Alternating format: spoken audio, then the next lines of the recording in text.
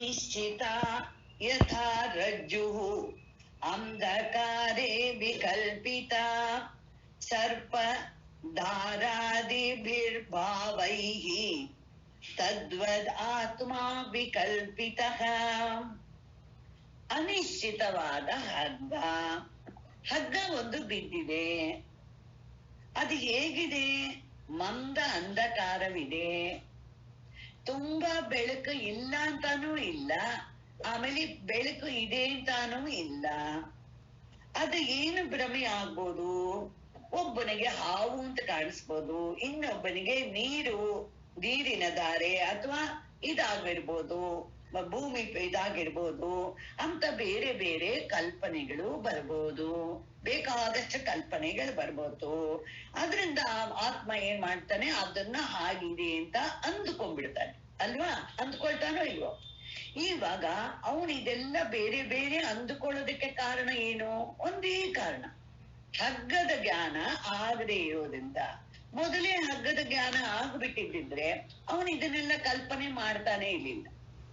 So ಹಗ್ಗದ ಜ್ಞಾನ ಆಗಿಲ್ದೆ ಇರೋದ್ರಿಂದ ಅದು ಇದೆ ಅಂತ ಗೊತ್ತು. ಎರಡು ಪೋರ್ಷನ್ ಇದೆ, ಜ್ಞಾಪಕ ಇಟ್ಕೋಬೇಕು ಯಾವಾಗ. ಏನದು? ಅಲ್ಲಿ ಏನೋ ಇದೆ. ಫಸ್ಟ್ ಇದೆ ಅನ್ನೋದು ತುಂಬಾ ಮುಖ್ಯ. ಅಧಿಷ್ಠಾನ ಇಲ್ಲದೆ ಭ್ರಾಂತಿ ಇಲ್ಲ. ತಪ್ಪು ನಿಶ್ಚಯ ಆಗೋದಕ್ಕೂ ಏನಿರ್ಬೇಕು? ಒಂದು ವಸ್ತು ಇರ್ಬೇಕಲ್ಲಿ. ಏನೂ ಇಲ್ಲದೆ ಅಲ್ಲಿ ತಪ್ಪು ನಿಶ್ಚಯ ಆಗೋಕ್ಕಾಗತ್ತಾ? ಏನಾದ್ರೂ ಇದ್ದೇ ಇರ್ಬೇಕು. ಕೊನೆಗೆ ಏನು ವಸ್ತು ಇಲ್ಲ ಅಂದ್ರೆ ಕರೆನಾದ್ರೂ ಇರ್ಬೇಕು, ಕಾಫಿ ಕರೆ ಅದಾದ್ರೂ ಇರ್ಬೇಕು. ಅದು ಅಷ್ಟೇ ಅಧಿಷ್ಠಾನ ಆಯ್ತೋ ಇಲ್ವೋ? ಹಾಗೆ ಇಲ್ಲಿ ಏನ್ ಹೇಳ್ತಾರೆ, ಅಂಧಕಾರದಲ್ಲಿ ಯಾವಾಗ ಗೊತ್ತಾಗ್ಲಿಲ್ವೋ, ಬಟ್ ಇದೆ ಅಂತ ಗೊತ್ತಾಯ್ತು, ಏನೋ ಇದೆ ಅಂತ ಗೊತ್ತಾಯ್ತು, ಆದ್ರೆ ಏನು ಅಂತ ಗೊತ್ತಾಗ್ಲಿಲ್ಲ. ನಮಗೂ ಹಾಗೆ, ನಾನ್ ಇದೀನಿ ಅಂತ ಗೊತ್ತು, ಆದ್ರೆ ನಾನ್ ಯಾರು ಅಂತ ಗೊತ್ತಿಲ್ಲ. ನಾನು ಇದೀನಿ ಅನ್ನೋದು ಡೆಫಿನೆಟ್, ನಮಗೇನು ಅದ್ರಲ್ಲಿ ಡೌಟೇ ಇಲ್ಲ, ಯಾರನ್ನು ಪ್ರಮಾಣ ಕೇಳ್ಬೇಕಾಗಿಲ್ಲ. ಆದ್ರೆ ನಾನ್ ಯಾರು ಅನ್ನೋದು ನಮಗ್ ಗೊತ್ತಿಲ್ಲ. ಯಾಕ್ರಿ ಗೊತ್ತಿಲ್ಲ? ನಾನ್ ಈ ತರ ಹೆಣ್ಣು, ನಾನ್ ಮಗಳು ಎಲ್ಲ ಹೇಳ್ತೀವೋ ಇಲ್ವೋ? ಇಲ್ಲ, ಎಲ್ಲ ಸ್ಥೂಲ ಶರೀರ, ಸೂಕ್ಷ್ಮ ಶರೀರ, ಇದಕ್ಕೆ ಸಂಬಂಧಪಟ್ಟಿರೋದು. ಅದಿಲ್ಲದೆ ನನ್ನ ಸ್ವರೂಪವನ್ನು ಹೇಳೋದಕ್ಕೆ ಹೇಗೆ ಹೇಳ್ಬೇಕು ನಾನು?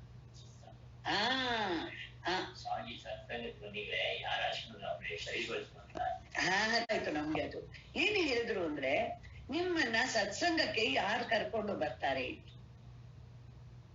ಅವಾಗ ಹೇಳ್ತಾರೆ ಜ್ಞಾನನೇ ಕರ್ಕೊಂಡ್ ಬರುದು. ಯಾಕೆಂದ್ರೆ ಕಾಲು ತಾನಾಗೆ ಕರ್ಕೊಂಡ್ ಬರಕ್ಕಾಗತ್ತಾ? ಕಣ್ಣಿ ಯಾವ ಕಡೆ ನೋಡ್ಬೇಕು ಅಂತ ಜ್ಞಾನ ಆದ್ ಮತ್ತೆ ತಾನೇ ನೀವು ನೋಡ್ತೀರಾ ಎಲ್ಲವನ್ನು. ಪ್ರತಿ ಒಂದು ಜ್ಞಾನದಿಂದ ಆಗ್ತಾ ಇರೋದು. ಆ ಜ್ಞಾನಕ್ಕೆ ಪರಮಾತ್ಮ ಅಂತಾನು ಹೆಸರು.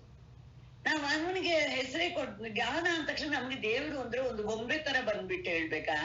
ಇಲ್ಲ, ನಿಮಗೆ ಜ್ಞಾನ ಆಗ್ತಾ ಇದೆಯಲ್ಲ, ಅದೇ ದೇವ್ರ ಜೊತೆಲಿದ್ದಾನೆ ಅಂತ. ಆದ್ರಿಂದ ಇಲ್ಲಿ ಏನಾಗ್ಬೇಕು? ಈ ಕಲ್ಪನೆಯಿಂದ ಹೋಗೋದಕ್ಕೆ ಒಂದೇ ಒಂದು ಕಾರಣ. ಏನದು? ಯಾವುದಿದೆಯೋ ಅದನ್ನ ತಿಳ್ಕೋಬೇಕು ಅಂತ ಹೇಳಿದ್ರು. ಇವಾಗ ಏನಾಯ್ತು, ದೃಷ್ಟಾಂತ ನಮ್ಗೆ ಅರ್ಥ ಆಗ್ಬಿಡುತ್ತೆ. ಹಗ್ಗ ಅಂತ ಗೊತ್ತಾದ ತಕ್ಷಣ ಕಲ್ಪನೆ ಎಲ್ಲ ಹೊರಟೋಯ್ತು ಅಂತ. ಆದ್ರೆ ಇಲ್ಲಿ ನೋಡ್ಕೊಳ್ಳಿ, ಸಂಸಾರ ಧರ್ಮಗಳು ಕರ್ತೃ ಭೋಕ್ತೃ ಪ್ರಮಾತೃ ಅಲ್ವಾ? ನಾನು ಮಾಡೋನು, ನಾನು ಅನುಭವಿಸೋನು ಅಂತ ಎಲ್ಲ ಭ್ರಮೆ ಆಗಿರತ್ತಲ್ಲ.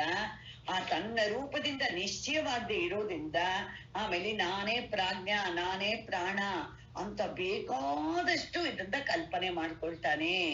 ತನ್ನನ್ನ ತಾನು ಲೆಕ್ಕವಿಲ್ಲದಷ್ಟು ಕಲ್ಪನೆ ಮಾಡ್ತಾನೆ. ಆವಾಗ ಏನಾಯ್ತು? ಆ ಕಲ್ಪನಾ ನಿವೃತ್ತಿ ಹೇಗಾಗತ್ತೆ ನಿಮ್ಗೆ? ಜ್ಞಾನದಿಂದ ಆಗತ್ತೆ. ಜ್ಞಾನದ ಫಲ. ಈ ಯಾವ ಜ್ಞಾನ ಆಗ್ಬೇಕು?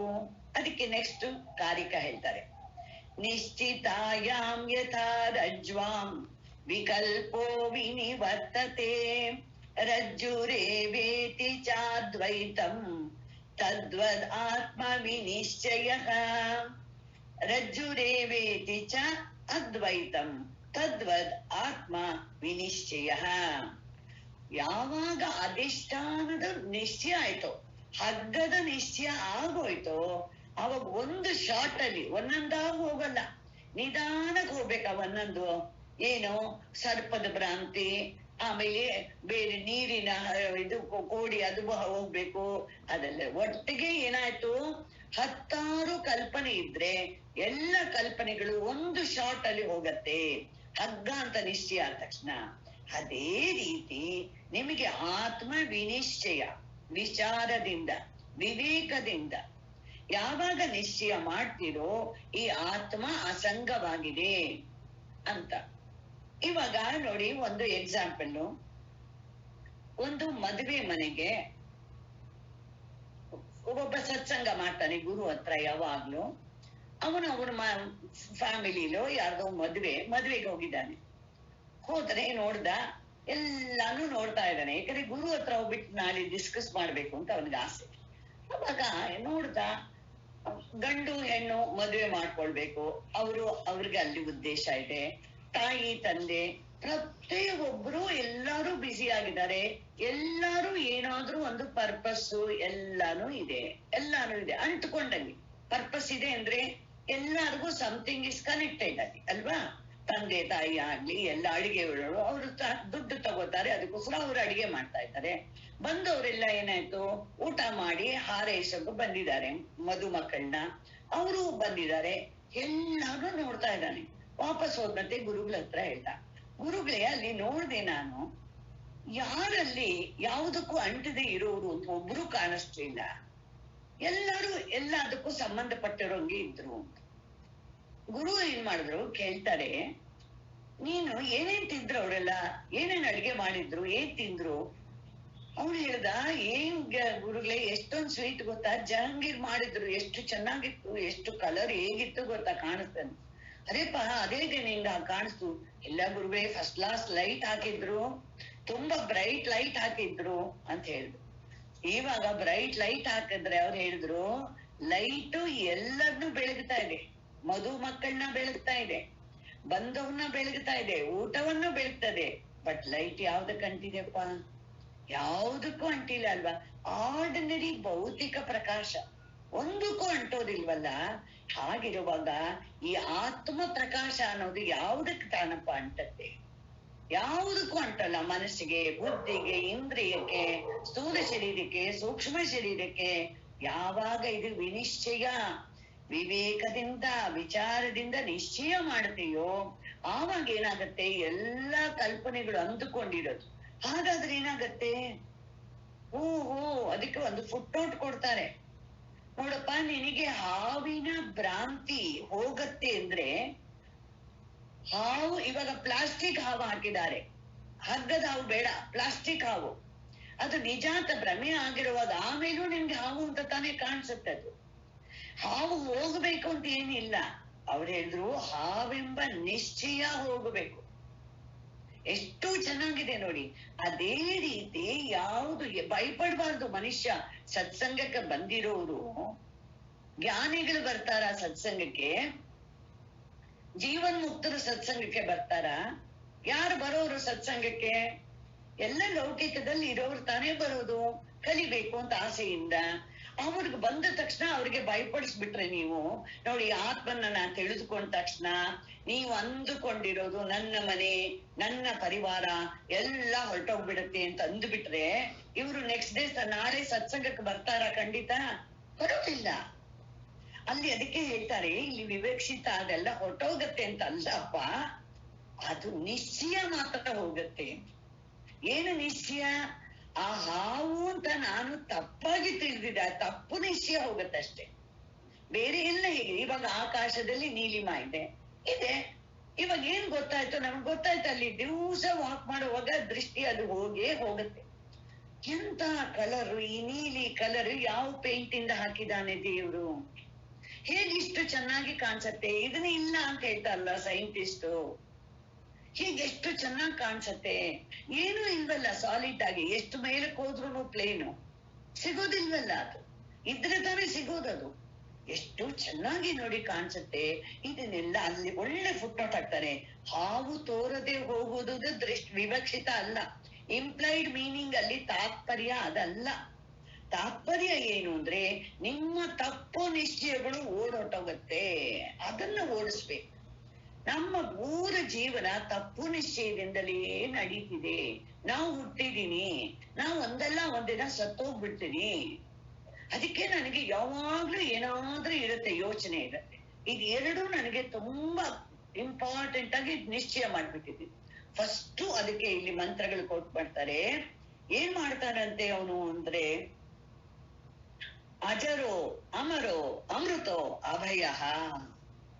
ಎಷ್ಟು ಚೆನ್ನಾಗಿದೆ. ಏನು ಅಂದ್ರೆ, ಜರ ಅಂದ್ರೆ ಮುಪ್ಪು, ಮುಪ್ಪಿಲ್ಲದವನು. ಮರ ಅಂದ್ರೆ ಬದಲಾವಣೆ, ನಾಶ, ಸಾವಿಲ್ಲ, ನಾಶ ಇಲ್ಲದು, ಬದಲಾವಣೆ ನಾಶ ಇಲ್ಲದು.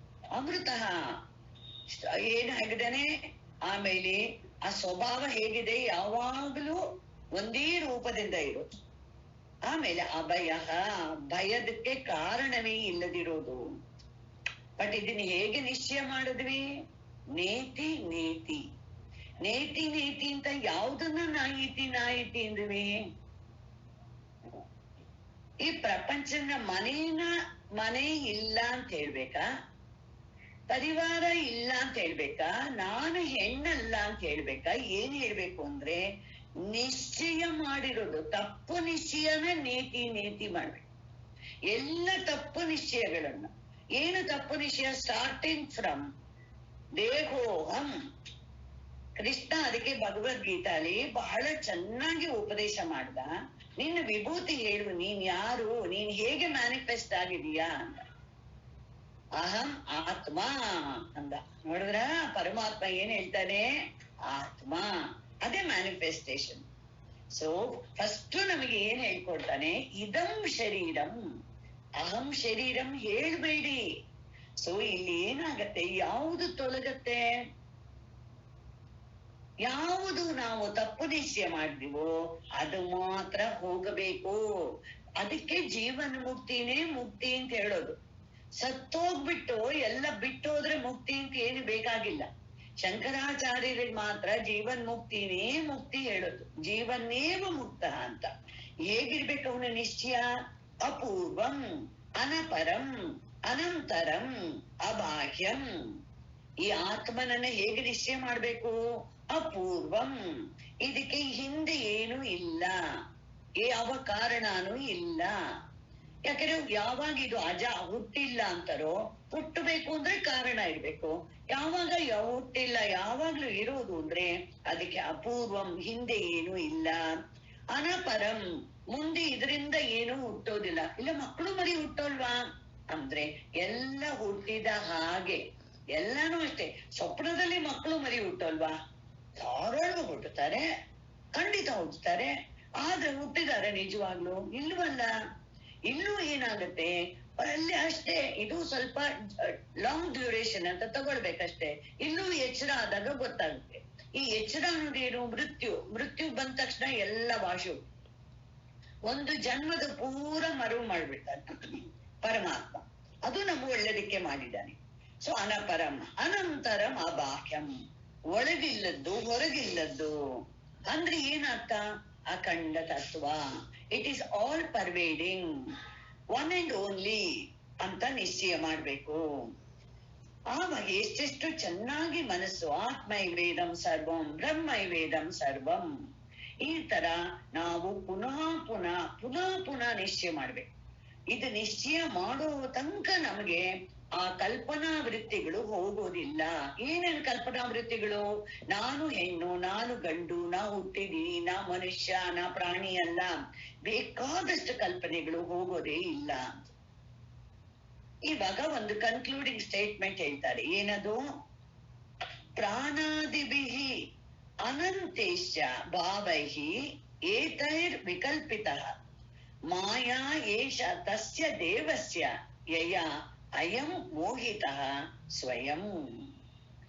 ಪ್ರಾಣ ಎಲ್ಲಿದು? ಏತಸ್ಮಾ ಜಾಯತೆ ಪ್ರಾಣೋ ಮನಃ ಸರ್ವೇಂದ್ರಿಯಾಣಿ ಚ ಖಂ ವಾಯು ಜ್ಯೋತಿರಾಪಃ ಪೃಥಿವೀ ವಿಶ್ವಸ್ಯ ಧಾರಿಣಿ.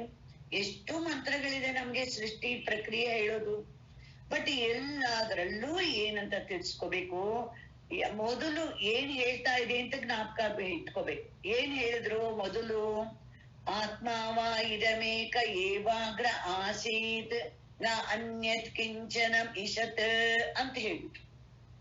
ಯಾವುದು ಮಿಷತ್ ಅಂದ್ರು? ಯಾವುದು ಏನೂ ಇರಲಿಲ್ಲ ಮೊದಲು. ಆವಾಗ ಶಂಕರಾಚಾರ್ಯನ ಶಿಷ್ಯ ಪ್ರಶ್ನೆ ಮಾಡ್ತಾನೆ, ಹಾಗಾದ್ರೆ ಇವಾಗ ಆತ್ಮ ಅಂತ ಕೇಳ್ತಾರೆ. ಇಲ್ಲಪ್ಪ ಹಾಗಲ್ಲ. ಇವಾಗ ಏನಾಯ್ತು, ನೀ ನಿಮಿಷ ನೋಡ್ದೆ ಸಮುದ್ರದ ಹತ್ರ ನಿಂತ್ಕೊಂಡು ನೋಡ್ತಾ ಇದೀಯ, ದೂರ ನೋಡ್ತಾ ಇದೀಯ, ಬರೀ ನೀರು. ಇವಾಗ ನಿನ್ನ ಬುದ್ಧಿ ಏನ್ ಹೇಳ್ತು, ಒಂದು ಶಬ್ದದಿಂದ ಹೇಳ್ತು, ಎಲ್ಲ ನೀರು ಅಂತ ಹೇಳ್ತು. ಕರೆಕ್ಟಾ? ಸ್ವಲ್ಪ ಒಂದು ಸೆಕೆಂಡ್ ನೀನ್ ಈ ಕಡೆ ನೋಡಿದ ತಕ್ಷಣ ಏನಾಯ್ತು, ಗಾಳಿನೂ ಇದೆ, ಅಲೆ ಬಂತು, ಜೋರಾಗಿ ಬಂದ್ರೆ ಏನಾಯ್ತು, ಇಷ್ಟು ದೊಡ್ಡ ದೊಡ್ಡ ಅಲೆ ಬರ್ತಾ ಇದೆ, ಅದ್ರಲ್ಲಿ ಬಬಲ್ಸ್ ಬರ್ತಾ ಇದೆ. ಆಮೇಲೆ ಇನ್ನೊಂದ್ ಕಡೆ ನೋಡ್ರಿ ಐಸ್ ಆಗಿದೆ. ಇವಾಗ ಎಷ್ಟೋ ಶಬ್ದಕ್ಕೆ ವಿಷಯ ಆಗೋಯ್ತು. ಅಲೆ ಅಂತ ಹೇಳ್ದೆ, ಆಮೇಲೆ ಐಸು ಅಂತ ಹೇಳ್ದೆ, ಬಬಲ್ಲು ಅಂತ ಹೇಳ್ದೆ, ಎಲ್ಲ ಹೇಳಿದ್ಯೋ ಇಲ್ವಾ? ಬಟ್ ಎಲ್ಲವೂ ಏನಾಗಿದೆ, ನೀರಿನ್ ಬಿಟ್ಟು ಏನಿಲ್ಲ. ಅದೇ ರೀತಿ ಜ್ಞಾಪಕ ನೋಡಿ, ಇದೆಲ್ಲ ನಮ್ಗೆ ಚೆನ್ನಾಗಿ ರಿಜಿಸ್ಟರ್ ಆಗ್ಬೇಕು. ಇರುವುದೇ ತೋರೋದು, ಅದು ಒಂದು ರೂಲ್ ಇದೆ. ಇಲ್ಲದಿರುವುದು ತೋರೋದಕ್ಕೆ ಸಾಧ್ಯ ಇಲ್ಲವೇ ಇಲ್ಲ. ಇರುವುದೇ ತೋರ್ಬೇಕು. ಆದ್ರೆ ಅದಕ್ಕೆ ಇಲ್ಲಿ ಹೇಳ್ತಾ ಇದಾರೆ, ಈ ತೋರೋದು ಪ್ರಾಣ ಮುಂತಾದ ಎಲ್ಲದಕ್ಕೂ ಏನ್ ಹೆಸರು? ಪ್ರಾಣಕ್ಕೆ, ಮನಸ್ಸಿಗೆ, ಸ್ಥೂಲ ಶರೀರಕ್ಕೆ ಎಲ್ಲದಕ್ಕೂ ತೋರೋದು ಅಂತ ಹೆಸರು. ಇರೋದು ಬರೀ ಆತ್ಮನಿಗೆ ಮಾತ್ರ ಹೊಂದತ್ತೆ. ಎಲ್ಲ ತೋರಿದ್ರು ಏನಾಗತ್ತೆ, ಇದು ಹೇಗೆ? ದೇವನ ಮಾಯೆ ಅಂತ. ದೇವನ ಮಾಯೆ ಅಂದ್ರೆ ಅದು ಶಕ್ತಿ ಅಂತ. ಇವಾಗ ನೀವೇನ್ ಮಾಡಿದ್ರಿ, ಎರಡು ಕನ್ನಡಿ ತೆಗೆದು ಇಟ್ರಿ. ಯಾರು ಒಬ್ಳು ಕೂತ್ಕೊಂಡಿದ್ದಾಳೆ, ಏನೋ ಬುಕ್ ಓದ್ತಾ, ನೋಡೋಣ ಏನ್ ಮಾಡ್ತಾಳೆ ಅಂತ ಅಂದ್ಬಿಟ್ಟು ಏನ್ ಮಾಡ್ಬಿಟ್ರೆ, ಅವಳು ಮುಂದೆ ಒಂದು ಹಿಂದೆ ಒಂದು ಕನ್ನಡಿ ಇಟ್ಬಿಟ್ರಿ. ಅವಳು ಬುಕ್ ಓದ್ತಾನೋ ಅವಳು ಗಮನಿಸೇ ಇಲ್ಲ. ಅಷ್ಟು ಏನ್ ಮಾಡಿದ್ಲು, ಕೂಗಿದ್ರು ಯಾರೋ, ಹೆಸರಿಡುದು, ತಲೆ ಎತ್ತಿದ್ಲು. ತಲೆ ಎದ್ದ ತಕ್ಷಣ ಎಷ್ಟೋ ಅವಳು ರೂಪ ಕಾಣಿಸ್ತಾ ಇದೆ, ಪಟ ಪಟ ಪಟ ಪಟ ಕಾಣಿಸುತ್ತೋ ಇಲ್ಲ ಅವಳಿಗೆ. ಇವಾಗ ಇಷ್ಟು ಎಲ್ಲ ಆದ್ರೂನು ಇದು ಹೇಗಾಯ್ತು ಅಂದ್ರೆ, ಆ ಕನ್ನಡಿಯಲ್ಲಿ ಆ ಇರುವ ಶಕ್ತಿ, ಅದಕ್ಕೆ ಮಾಯ ಅಂತಾರೆ. ಮಾಯ ಅಂದ ತಕ್ಷಣ ಏನ್ ಮಾಡತ್ತೆ, ಅದು ಹಾಗೆ ತೋರಿಸೋದು ಅದರ ಶಕ್ತಿ, ಸ್ವಭಾವ ಅದದ್ದು. ಇವಾಗ ನಾವು ಏನ್ ಮಾಡ್ಬೇಕು, ಅದನ್ನ ಎಂಜಾಯ್ ಮಾಡ್ಬೇಕು ಅಷ್ಟೇ. ಆ ಹುಡುಗಿಗೆ ಬುದ್ಧಿ ಇದ್ರೆ ಅವಳಿಗೆ ಗೊತ್ತು, ಏನು, ಓ ಕನ್ನಡಿ ಇಟ್ಟಿದ್ದಾರೆ ಅದಕ್ಕೆ ಇಷ್ಟು ಕಾಣಿಸ್ತದೆ, ನಾನು ಅನೇಕ ಆಗ್ಬಿಟ್ಟಿದೀನಿ ಅಂತ ಅನ್ಕೋಬೇಕಾ? ಇಲ್ಲವಲ್ಲ, ನಾಟ್ ನೆಸರಿ. ಬಟ್ ಅಂದ್ಕೊಂಡ್ರೆ ಅವಿದ್ಯೆ ಅಷ್ಟೇ. ಇಲ್ಲದಿದ್ರೆ ಮಾಯೆ ನಿನ್ಗೇನು ಪ್ರಾಬ್ಲಮ್ ಮಾಡ್ತಾ ಇಲ್ಲ. ಬಿಕಾಸ್ ನಾವೇನ್ ಮಾಡ್ತೀವಿ ಅಂದ್ರೆ, ಅದು ಸತ್ಯ ಸತ್ಯ ಅಂತ ಅದನ್ನೇ ಇಲ್ಲಿ ತುಂಬಾ ಹೇಳ್ತಾರೆ. ಮಾಯಾ ದೇವಸ್ಯ ಮಾಯಾ. ಆ ಪರಮಾತ್ಮನ ಶಕ್ತಿ ಏನ್ ಮಾಡುತ್ತಾಳೆ, ಹೀಗೆಲ್ಲ ತೋರಿಸ್ತಾಳೆ. ಆಕಾಶದಲ್ಲಿ ನೀಲಿಯಾಗಿ ತೋರಿಸ್ತಾಳೆ, ಬೆಳಿಗ್ಗೆ ಸೂರ್ಯನನ್ನ ಕೆಂಪಾಗಿ ಇಷ್ಟು ದೊಡ್ಡದಾಗಿ ತೋರಿಸ್ತಾಳೆ, ಸ್ವಲ್ಪ ಹೋದ ತಕ್ಷಣ ಬೇರೆ ಕಲರ್ಲಿ ತೋರಿಸ್ತಾಳೆ, ಮುಳುಗುವಾಗ ತಿರುಗು ಹೀಗೆಲ್ಲ ತೋರಿಸ್ತಾಳೆ. ಏನ್ ಬೇಕಾದ್ರೂ ತೋರಿಸ್ಲಿ ಮಾಯಿ, ನಿಮ್ಗೆ ಏನ್ ತೊಂದ್ರೆ ಆಯ್ತು ಇದರಿಂದ? ಫೋಟೋ ತೆಗುತ್ತೀರೋಲ್ವ, ಎಷ್ಟು ಖುಷಿಯಾಗಿ, ಅಯ್ಯೋ ಎಷ್ಟು ಚೆನ್ನಾಗಿತ್ತು ಅಂತ. ಆದ್ರೆ ಎಲ್ಲವನ್ನು ಸತ್ಯ ಅಂತ ತಿಳಿದುಕೊಂಡ್ರೆ ಮಾತ್ರ ಮೋಹಿತ ಅಂತ ಹೆಸರು. ಕನ್ಫ್ಯೂಸ್ಡ್, ಡೆಲ್ಯೂಡೆಡ್ ಅಂತ ಹೇಳ್ತಾರೆ. ಅದನ್ನೇ ಹೇಳ್ತಾರೆ, ಈ ಮಾಯಾ ಶಕ್ತಿನ ದಾಟೋದು ಬಹಳ ಕಷ್ಟ. ಹೊರಗಡೆ ಎಲ್ಲ ಸ್ವಲ್ಪ ಸ್ವಲ್ಪ ದಾಟಬಹುದು, ಆದರೆ ಇಲ್ಲಿ ದಾಟೋದು ಬಹಳ ಕಷ್ಟ. ಈ ಶರೀರವನ್ನ ನಾನು ಅಂತ ಅಂದುಕೊಳ್ದೆ ಇರೋದು ಬಹಳ ಕಷ್ಟ, ತುಂಬಾನೇ ಕಷ್ಟ. ಆದ್ರೆ ಅದೂ ಆಗತ್ತೆ. ನಮ್ಗೆ ಮೆಸೇಜ್ ಸಿಗೋ ತನಕ ಅಷ್ಟೇ. ಆಗಿರೋದು ಒಂದ್ ಘಟನೆ ಹೇಳ್ಬಿಟ್ಟು ನಿಲ್ಲಿಸ್ತೀನಿ. ಒಂದು ಆಕ್ಸಿಡೆಂಟ್ ಆಗ್ಬಿಡ್ತಂತೆ. ಆಕ್ಸಿಡೆಂಟ್ ಆದ್ರೆ ಏನಾಗಿದೆ, ತುಂಬಾ ರಕ್ತ ಚೆಲ್ಲಿದೆ, ಮೋಟರ್ ಬೈಕು ಅಲ್ಲಿ ಬಿದ್ದಿದೆ, ತುಂಬಾ ಮೋಟರ್ ಬೈಕು ಡ್ಯಾಮೇಜ್ ಆಗಿದೆ. ಎಲ್ಲರೂ ನೋಡ್ತಾ ಇದ್ದಾರೆ, ಯಾರಿಗಾಗಿದೆ ಆಕ್ಸಿಡೆಂಟ್ ಅಂತ ಗೊತ್ತಾಗ್ತಾ ಇಲ್ಲ. ಯಾಕೆಂದ್ರೆ ಎಲ್ಲರೂ ನೋಡ್ತಾ ಇದ್ದಾರೆ, ತುಂಬಾ ಜನ. ಅವಾಗ ಏನ್ ಮಾಡಿದ್ರು, ಒಬ್ಬನ ದೃಷ್ಟಿ ಹೀಗೆ ಎಲ್ಲಾ ಕಡೆ ಬಂದ್ ನೋಡಿದ್ರೆ, ಪಕ್ಕದಲ್ಲಿರೋ ನೋಡಿದ್ರೆ ಅವನು ಮೈಯೆಲ್ಲ ರಕ್ತ, ಅವನು ನೋಡ್ತಾ ಇದ್ದಾನೆ. ಆ ಸ್ಪ್ಲಿಟ್ ಆಫ್ ಎ ಸೆಕೆಂಡ್ ಅಲ್ಲಿ ಅವನು ಅಷ್ಟೇ ನೋಡ್ತಾ ಇದ್ದಾನೆ. ಆವಾಗ ಏನಾಯ್ತು, ಇವ್ರು ಅಯ್ಯೋ ಇವನಿಗೆ ರಕ್ತ ಇದೆ ಅಂದ್ರು. ಅವನು ರಕ್ತ ಎಲ್ಲ ನೋಡ್ಕೊಂಡ ತಕ್ಷಣ ಅವನಿಗೆ ಎಲ್ಲಾನು ಶುರು ಆಗ್ಬೋದು. ಮೆಸೇಜ್ ಇಲ್ದೆ ಇರುವಾಗ ಅಷ್ಟು ಬೇಗ ಆಗೋದಿಲ್ಲ. ಇದೆಲ್ಲ ಚಮತ್ಕಾರ ಅಂತಾರೆ, ಚಮತ್ಕಾರ ಅಂತಲ್ಲ, ಎಲ್ಲಿ ಪರಮಾತ್ಮ ಮಾಡಿದ್ದಾನೆ. ಮೆಸೇಜ್ ಸಿಕ್ಕಿದ್ರೇನೆ ನಮ್ಮ ದುಃಖಕ್ಕೆ ಕಾರಣ ಇನ್ಫಾರ್ಮೇಶನ್. ಅಂದುಕೊಂಡ ತಕ್ಷಣ ಅವನಿಗೆ ಎಲ್ಲಾನು ತೊಂದರೆ ಆಯ್ತು ಅಂತ ಹೇಳ್ತಾರೆ. ಹಾಗೆ ಬೇಕಾದಷ್ಟು ಇನ್ಸಿಡೆಂಟ್ಸ್ ಕೊಡ್ತಾರೆ. ಅದ ಒಟ್ಟಲ್ಲಿ ಏನು ಅಂದ್ರೆ, ಮಾಯೆ ಏನ್ ಮಾಡತ್ತೆ ಅಂದ್ರೆ ಅದು ಪರಮಾತ್ಮನ ಈ ವಿಭೂತಿನ ತೋರಿಸತ್ತೆ ಅಷ್ಟೇ. ಅಂದ್ರೆ ಹೇಗೆ ಹೀಗೆ 7 ಕಲರ್ ಆಗಿ ತೋರ್ಸೋದು, ಪ್ರಿಸಮ್ಮು ತೋರ್ಸತ್ತೆ. ಏನೀಗ ಅದ್ರಿಂದ ಚೆನ್ನಾಗಿದೆ, ಆದ್ರೆ ನಾವು ಅದನ್ನ ಸತ್ಯ ಅಂತ ತಿಳ್ಕೊಳ್ತೀವಲ್ಲ, ಪರಮಾತ್ಮನ ಬಿಟ್ಟು ಇದೆಲ್ಲ ನಿಜವಾಗ್ಲೂ ಇದೆ ಅಂತ ತಿಳ್ಕೊಳ್ಳೋದಕ್ಕೆ ಅವಿದ್ಯೆ ಅಂತ ಹೇಳ್ತಾರೆ. ಅದನ್ನ ಯಾವತ್ತು ಬಿಡ್ತೀವೋ ಆವಾಗ ನಮ್ಗೆ ಪ್ರಪಂಚ ತುಂಬಾ ಸುಂದರವಾಗೂ ಕಾಣಿಸುತ್ತೆ, ನಮ್ಗೆ ಎಲ್ಲವೂ ಚೆನ್ನಾಗೂ ಇರುತ್ತೆ. ಯಾಕಂದ್ರೆ ನಮ್ಮ ಎಕ್ಸ್ಪೆಕ್ಟೇಷನ್ ಡಿಮ್ಯಾಂಡ್ಸ್ ಎರಡು ಹೊರಟೋಗ್ಬಿಡುತ್ತೆ. ಅದ್ ಎರಡಿದ್ದಾನೆ ನಮ್ಗೆ ದುಃಖ ಕೊಡ್ತಾ ಇರೋದು. ತುಂಬಾ ಎಕ್ಸ್ಪೆಕ್ಟೇಷನ್, ನಮ್ಗೆ ಡಿಮ್ಯಾಂಡ್ಸು ಜಾಸ್ತಿ. ಸ್ವಸ್ತಿ ಪ್ರಜಾಭ್ಯಾಂ ಪರಿಪಾಲಯಂತಾಂ ನ್ಯಾಯೇನ ಮಾರ್ಗೇಣ ಮಹೀಮಹೀಷಾಃ ಗೋಬ್ರಾಹ್ಮಣೇಭ್ಯ ಶುಭಮಸ್ತು ನಿತ್ಯಂ ಲೋಕಾ ಸಮಸ್ತಾ ಸುಖಿನೋ ಭವಂತು. ಲೋಕಾ ಸಮಸ್ತಾ ಸುಖಿನೋ ಭವಂತು. ಕಾಲೇ ವರ್ಷತು ಪರ್ಜನ್ಯಃ ಪೃಥಿವೀ ಸಸ್ಯಶಾಲಿನಿ. ದೇಶೋಯಂ ಕ್ಷೋಭರಹಿತೋ ಬ್ರಾಹ್ಮಣಾಃ ಸಂತು ನಿರ್ಭಯಾಃ. ಓಂ ಶಾಂತಿ ಶಾಂತಿ ಶಾಂತಿ.